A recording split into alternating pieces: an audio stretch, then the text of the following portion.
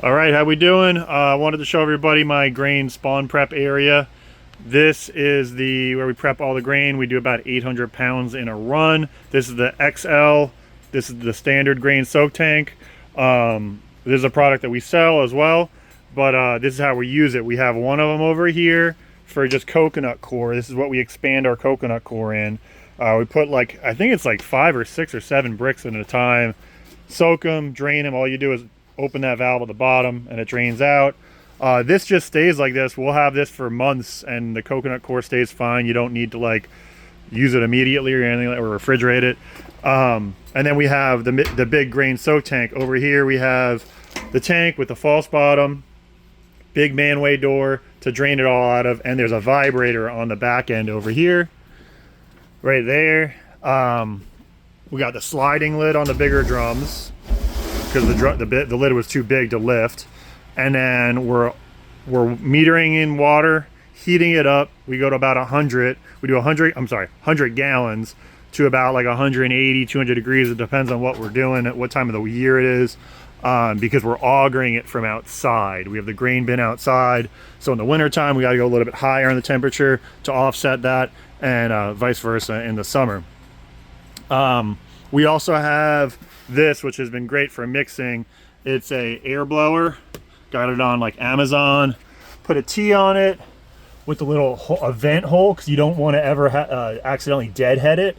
So, which means a pump running with no outlet. Like if you capped everything off, it literally blows the pump apart. Tell me how I know why. And then I also put this gauge on here that I put kind of a red zone so people clearly know that it shouldn't be getting up that high or it's likely going to implode itself or explode itself. So what that is doing is it's blowing air into the drain. We just actually we fixed this. We used to have to switch the hoses between the one fitting. We put a T in now. So what you want to do is you would fill it up with the valve shut. Yeah, sure, some water will go up to here. That's fine. But when you're ready to go, after you auger everything in, you kick this guy on and it mixes. It basically acts like that thing is a massive air stone, and it's just a turbulent mix. I believe I have another video on that, of this in action. But I wanted to kind of show how it is empty. So yeah, that's the gist of it. We'll kick on the air, mix it up with this guy or that guy. This one's my favorite. These are all mash paddles for brewing. And I think those are from like the Netherlands or something like that. They're really nice. And then mix it up, let it sit overnight with the lid closed, and then in the morning we mix it up again, add some pellets, add some coconut core, depending on what we're doing, what kind of spawn we're making. And we add a little bit of core and pellets to all of them, but some of them we add more of one than the other depending on what it is. Like for example, shiitake, we add extra pellets. So yeah, we'll mix in the coconut core and the pellets with the air going, and then vibrate it out, screen it. We have a vibrator screener. I have another video of this in action, but it's a ramp that goes onto a screen with the vibrator, and it just shakes the whole thing, helps speed up everything coming down here, and then this one speeds everything coming out of this. You do have to kind of watch it and help it along, but for the most part the vibrators do it themselves. So yeah, that's the gist of the spawn prep. That's what we found worked best for our location. For Milo, you know, Milo is, you really got to have that hot water. You can't do it with cold water overnight. I mean, you can, but it's not as good as this. Like, you really got to cook it in and get it really hydrated. And the key is you got to log your temperature and watch what your soak start temperature is. Like when you add your hot water and then add your grain, mix it up, probe the temperature. That's why we have, these guys are the best. They're, I think, Comark brand, little PT 100s or something, or KM 400s. They're great little thermometers and they're very, very accurate for checking, and then we log it. And the point is that you want to see what your end moisture content was, what your soak temperature was, and then based off that you can adjust. And that goes for any grain, right?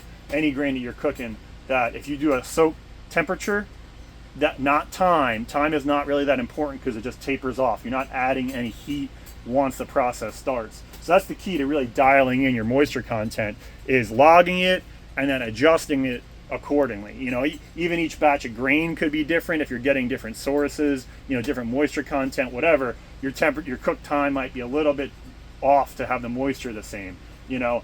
And then typically we rinse it too. We always, because Milo is so sugary, almost syrupy, we'll run that off and then fill it up again with another 50 gallons of hot water, mix it up a little bit, and then drain that out.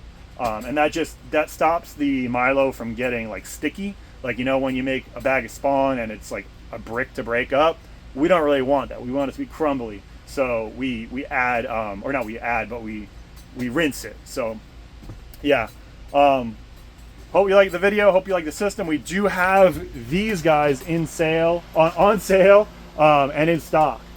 These are built to order, but they are great. They work awesome. We've built a couple of them so far, and yeah, they're awesome. Really well built, and they work great for if you're doing hundreds of pounds of spawn. You know, if you're doing more than I think this is like 350 pounds wet, approximately, and this one does like 800, 850 ish. So I mean, it's a lot of spawn that you're making with one of these, but they work great.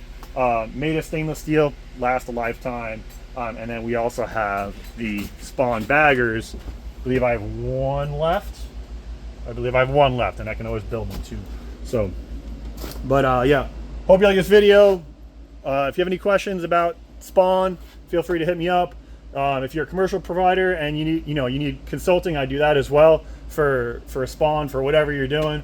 So and for just growing in general. So hope you like the cactus view in the background. Got my trichos up here sleeping.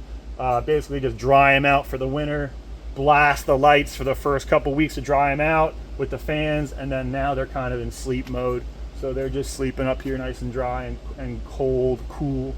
So they don't really get water till spring. But yeah, you guys have a good one. Take it easy.